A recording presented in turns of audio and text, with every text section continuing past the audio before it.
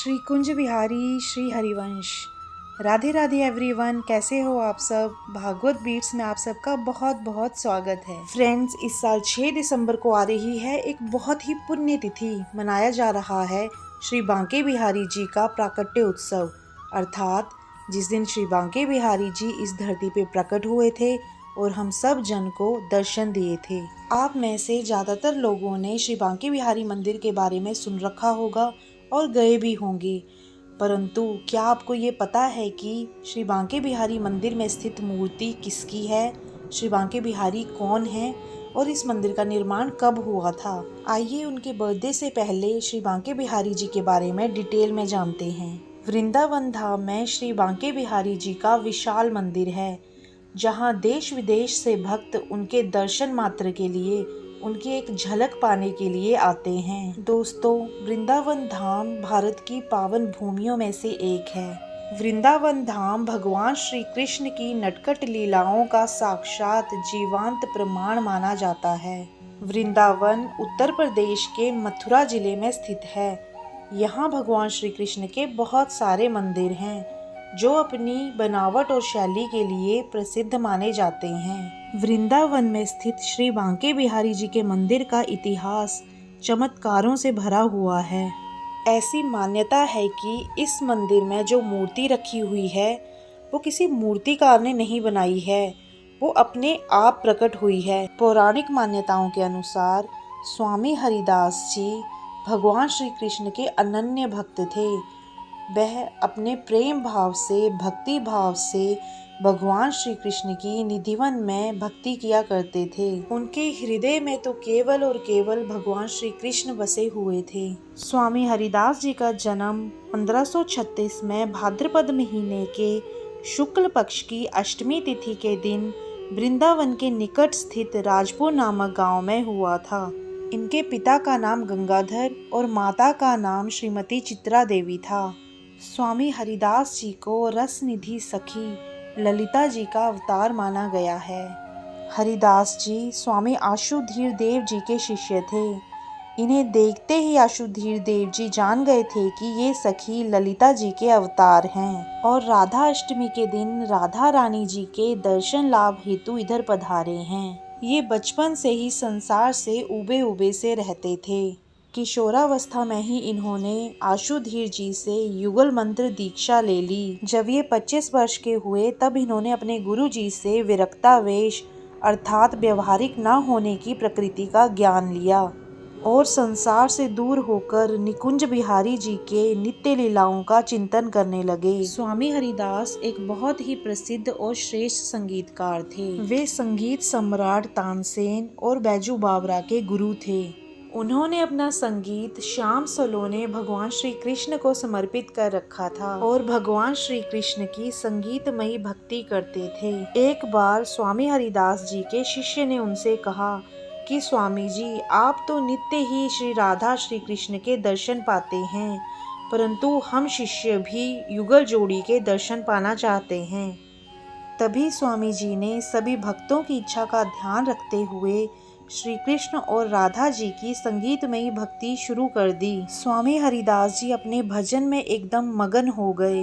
उनकी भक्ति से प्रसन्न होकर राधा कृष्ण ने युगल जोड़ी के रूप में स्वामी श्री हरिदास जी को दर्शन दिए। जब श्री राधा कृष्ण ने उनको दर्शन दिए तो हरिदास जी ने भक्तों की इच्छा उनसे जाहिर की। यह सब सुन के राधा कृष्ण ने अपने इसी रूप में अर्थात युगल रूप में उनके पास रहने की बात कही। तो इस पे हरिदास जी ने कहा, कान्हा, मैं तो संत आदमी हूँ, तुम्हें तो कैसे भी रख लूँगा, पर राधा जी के लिए रोज के नए आभूषण और वस्त्र में कहाँ से लाऊंगा। अपने भक्त की यह बात सुनकर भगवान श्री कृष्ण मुस्कुराए और राधा कृष्ण की यह युगल जोड़ी एकाएक होकर तुरंत ही स्वामी हरिदास के सामने एक विग्रह के रूप में प्रकट हो गई। श्याम वर्ण की इस मनमोहक छवि को स्वामी हरिदास जी तो बस एकटक एकाएक देखते ही रह गए। छवि का रंग श्याम वर्ण होने के कारण स्वामी हरिदास जी ने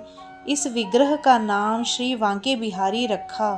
शुरुआत में बांके बिहारी जी के इस विग्रह को वृंदावन में 6 अलग अलग जगह पे 6 अलग अलग मंदिरों में रखा गया था।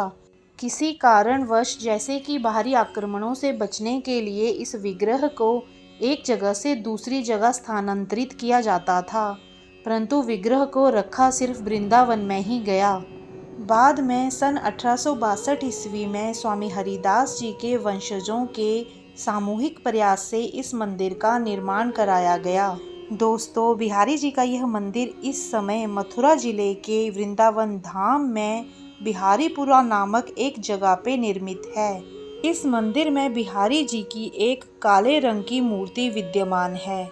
यह मूर्ति केवल भगवान श्री कृष्ण की नहीं अपितु राधा और कृष्ण का मिला जुला रूप है। जैसा कि इस मूर्ति में राधा और कृष्ण दोनों विद्यमान हैं, इसलिए बांके बिहारी जी की आधी मूर्ति पे महिला और आधी मूर्ति पे पुरुष का श्रृंगार किया जाता है। आज के समय में अगर वृंदावन में किसी मंदिर में सबसे ज्यादा भीड़ होती है तो वह यही मंदिर है। ऐसी मान्यता है कि बिहारी जी की मूर्ति में इतना आकर्षण है कि लोग उनको देखते ही उनकी तरफ खींचे चले आते हैं और लोगों की आंखों से स्वयं ही आंसू बहने लगते हैं। बिहारी जी के मंदिर में मंगला आरती साल में केवल एक बार होती है। यह मंगला आरती जन्माष्टमी के दिन की जाती है।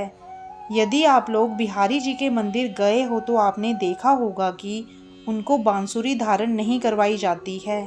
तो दोस्तों, उनको बांसुरी और झूले पर भी साल में एक ही बार बिठाया जाता है। बांसुरी उनको शरद पूर्णिमा के दिन धारण करवाई जाती है और झूले पे उनको हरियाली तीज वाले दिन बिठाया जाता है। ऐसा क्यों किया जाता है, आइए जानते हैं। पौराणिक कथा के अनुसार जब कन्हैया का जन्म हुआ था, तब लाला की मनमोहक छवि देखकर सभी गांव वाले इतने भाव विभोर और आकर्षित हो गए थे कि रोजाना लल्ला के दर्शनों के लिए आ जाया करते थे। सभी ब्रजवासी प्रातः काल यानी कि भोर के समय सबसे पहले नंद बाबा के घर पहुंच जाते और दूर से ही लाला को निहारते रहते। वो समय भगवान जी की आरती का होता था, परंतु गांव वाले वो तक नहीं करते थे। असल में सभी ब्रजवासियों को कन्हैया से इतना ज्यादा प्यार था कि उन्हें लगता था यदि वह पूजा के लिए घंटी बजाएंगे तो कन्हैया की नींद खुल जाएगी। छोटा सा कन्हैया शोर सुनकर डर जाएगा और रोने लगेगा। जब स्वामी हरिदास जी ने बांके बिहारी जी की स्थापना की थी, तब उन्हें ब्रजवासियों का यही भाव याद आया और तब से अब तक इसी प्रेम भाव के कारण बांके बिहारी के मंदिर में मंगला आरती नहीं होती है। साल में केवल एक ही बार की जाती है। जन्माष्टमी के दिन लड्डू गोपाल के रूप में अर्थात बाल स्वरूप में बिहारी जी की सेवा अर्चना की जाती है। एक मान्यता यह भी है कि हर रात्रि यहाँ निधिवन में राधा कृष्ण अपने गोप गोपियों के साथ आते हैं, रास लीला करते हैं और रास लीला के बाद विश्राम करते हैं। सुबह सुबह आरती करके उनकी निद्रा भंग हो जाएगी। उनकी निद्रा भंग न हो इसीलिए बांके बिहारी मंदिर में मंगला आरती केवल जन्माष्टमी के दिन ही होती है। इसी प्रकार केवल शरद पूर्णिमा के दिन ही बांके बिहारी जी को वंशी धारण करवाई जाती है। तो इस तरह स्वामी हरिदास जी ने राधा कृष्ण रूप में विद्यमान श्री बांके बिहारी जी के विग्रह की स्थापना की थी। आइए जानते हैं स्वामी जी के बारे में कुछ बहुत ही रोचक बातें। जैसा कि मैंने कहा, स्वामी हरिदास जी बहुत ही उच्च कोटि के संगीतकार थे। संगीत सम्राट तानसेन और बैजू बावरा जैसे संगीतज्ञ स्वामी हरिदास जी के शिष्य थे। 1627 में एक बार अकबर बादशाह भी तानसेन की प्रेरणा से वृंदावन आए थे। तानसेन सम्राट को स्वामी जी के पास ले तो आए थे, परंतु वो जानते थे कि स्वामी जी अपने मन से गाते हैं, किसी को सुनाने के लिए नहीं गाते। इसलिए एक दिन तानसेन एक राग का रियाज करने लगे और जानबूझकर राग के सुर गलत लगा दिए। गलत सुर सुनकर स्वामी जी बहुत ही क्रोधित हुए और वह सही राग गाने लगे। उनका मधुर गायन सुनते ही आकाश के बादल झमाझम बरस उठे। सम्राट भी स्वामी हरिदास जी के मुरीद हो गए। दोस्तों, सभी अपने परिवार के साथ 6 दिसंबर को बहुत ही हर्षोल्लास के साथ बांके बिहारी जी के बर्थडे को सेलिब्रेट कीजिए। वीडियो अगर अच्छी लगी हो तो चैनल को जल्दी से कर दीजिए सब्सक्राइब और अंत में एक बार मेरे साथ प्रेम से कहिए जय जय श्री राधे।